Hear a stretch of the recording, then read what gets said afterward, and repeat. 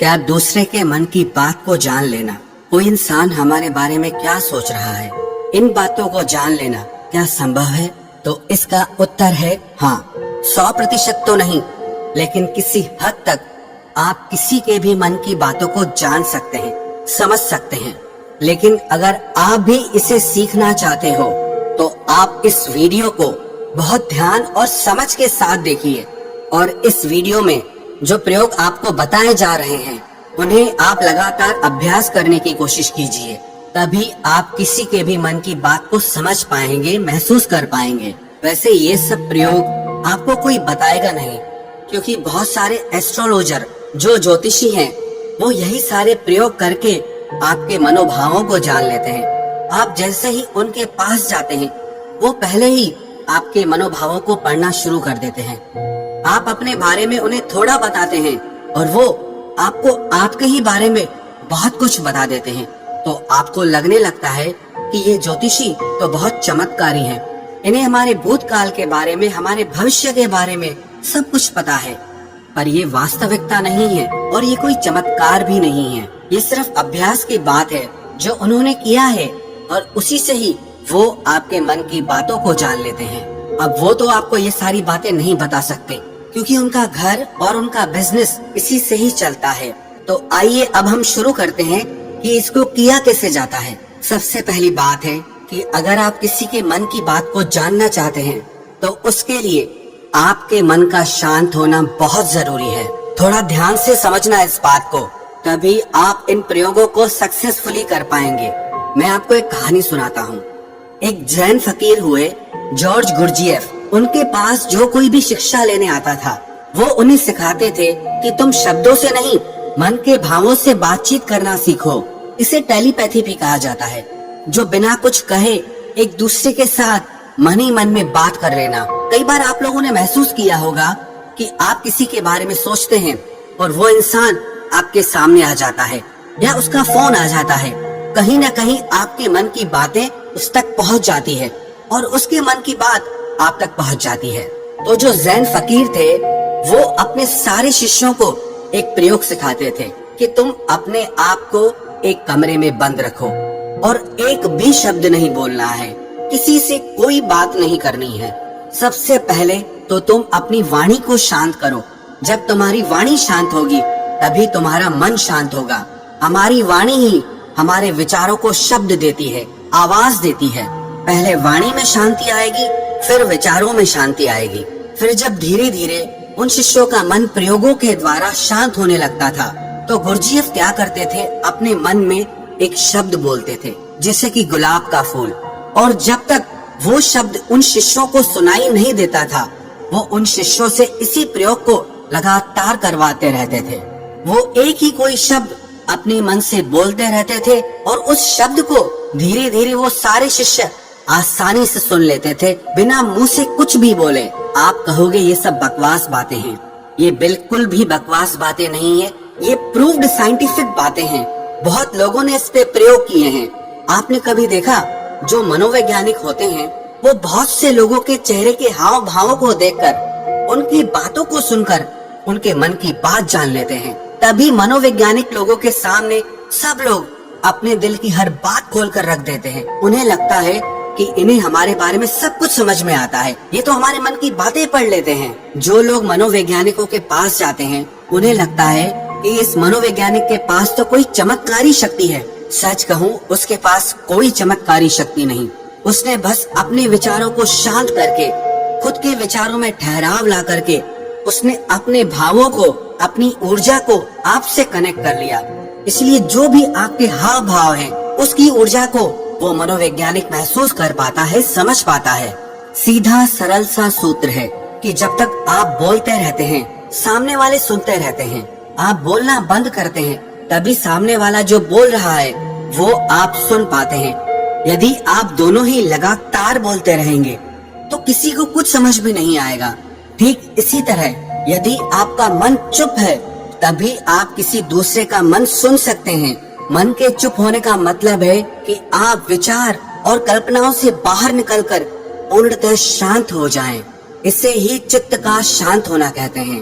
कहते हैं कि इस मन की शक्ति योग के बल पर जो योगी लोग होते हैं वो चींटियों के पैरों में बंधे घुंघरू की आवाज तक भी सुन सकते हैं। तो लोगों के मन में तो दुनिया भर का शोर मचा हुआ है, वो आपको कैसे नहीं सुनाई देगा।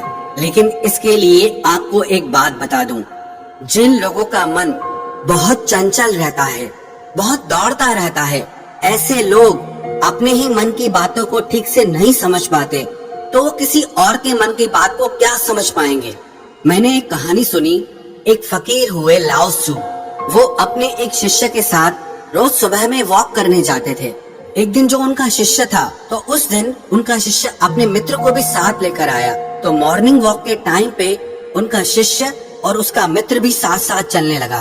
वो काफी देर तक ऐसे ही पैदल चलते रहे, किसी ने कोई आवाज नहीं की। जो उनके शिष्य का मित्र था वो बड़ा हैरान हो रहा था कि ये लोग कुछ बोलते क्यों नहीं, इतनी देर से चुप क्यों हैं ये लोग। तो उसने सोचा मैं ही बात शुरू करता हूँ, और काफी समय गुजरने के बाद उसने सिर्फ इतना कहा कि कितनी अच्छी सुबह है, कितना अच्छा मौसम है। जब उस शिष्य के मित्र ने ये बात कही तो लाओ त्सु ने कहा कि कल से तुम अपने मित्र को मेरे पास बिल्कुल लेकर मत आना, क्योंकि ये बहुत शोर मचाता है। वो शिष्य बड़ा हैरान हो गया कि इसने तो सिर्फ इतना कहा कि कितनी अच्छी सुबह है, मौसम कितना अच्छा है, इसमें इसने ऐसा कौन सा शोर मचा दिया। तो लाओ त्सु ने अपने शिष्य से कहा कि मेरा मन अब पूर्णतः शांत हो गया है, अब जरा सी भी आवाज मुझे शोरगुल मालूम होती है। सुबह अच्छी है तो है, मौसम अच्छा है तो है, मैं भी देख रहा था कि मौसम अच्छा है, तुम भी देख रहे थे, तो इस बात को व्यर्थ में बताने का मतलब ही क्या हुआ। मेरे मन में ऐसी शांति भर गई है कि ये व्यर्थ की बातें मुझे अब बिल्कुल अच्छी नहीं लगती, क्योंकि मैं बिना बोले ही सब कुछ सुन सकता हूँ और बिना कहे ही सब कुछ कह सकता हूँ। तो मैं शब्दों को बोलकर और सुनकर अपनी उस शक्ति को क्यों नष्ट करूँ। जब मैं बिना बोले सुन सकता हूँ, बिना कहे भी कह सकता हूँ, तो मुझे शब्दों की जरूरत ही नहीं है। अगर आप भी चाहते हैं कि आप दूसरे लोगों के मन की बात जान सकें, तो उसके लिए आप एक प्रयोग करें। सबसे पहले आप दिन में कुछ समय निश्चित करें कि इस समय से इस समय तक आप कुछ नहीं बोलेंगे, और उस समय पे आप एक आसन में बैठना सीखिए और अपने मन में जरा गहरे झांक कर देखिए कि वहाँ क्या चल रहा है। आपको कोई प्रतिक्रिया नहीं देनी, बस देखना है, और धीरे धीरे इसे देखते हुए आपका मन शांत होने लगेगा। इसे ही महात्मा बुद्ध ने आनापानसति योग कहा है, जिसमें आपका पूरा ध्यान आपकी श्वासों पर रहता है। इससे आपके मन में पूर्णतः शांति आ जाती है, और जब आपका मन पूरी तरह से शांत हो जाता है तो आप अपने आसपास में हो रही चीजों को, लोगों को गहराई से देख पाते हैं, गहराई से समझ पाते हैं, सुन पाते हैं। एक शांत चित्त वाला इंसान बिना कहे भी सामने वाले की हर बात को समझ लेगा, और वो जो कह रहा है उसकी झूठी बातों में वो कभी नहीं फंसेगा, क्योंकि एक शांत चित्त वाला वो सब कुछ सुन सकता है जो एक साधारण इंसान कभी नहीं सुन सकता। अगर आप भी चाहते हैं कि आप लोगों का मन पढ़ सकें, उनके मन में चल रही भावनाओं को महसूस कर सकें, तो उसके लिए आप अपने मन को शांत करने का अभ्यास करें। और जब आपका मन शांत हो जाए तो धीरे धीरे लोगों के मन में गहरे झांकने की कोशिश करें, उनके हाव भाव को समझने की कोशिश करें, उनके शब्दों पर नहीं जाएं, जो उनके हाव भाव हैं आप उन्हें गहराई से समझने की कोशिश करें।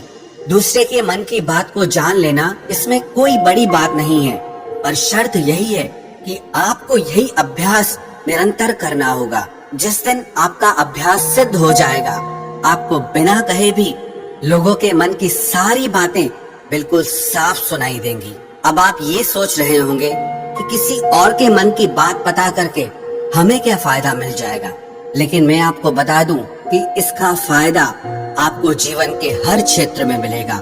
चाहे वो आपके रिश्ते हो, आपके क्लाइंट्स हो, आपकी नौकरी का इंटरव्यू हो, जिंदगी के किसी भी क्षेत्र में चले जाओ, अगर आप सामने वाले के मन की बातों को समझ पाओ, महसूस कर पाओ, तो आप जिंदगी में हर कामयाबी हासिल कर सकते हो। इसके बहुत फायदे हैं। इससे आपको कोई भी इंसान झूठ बोल के धोखा नहीं दे सकता, कोई आपका इस्तेमाल नहीं कर सकता। आप हर तरह की भावनात्मक चोट खाने से बच जाएंगे। कोई आपके पैसों को लूट कर नहीं जा सकता। और एक बात मैं आपको बता दूं कि ये प्रयोग एक ही दिन में सिद्ध नहीं होते हैं।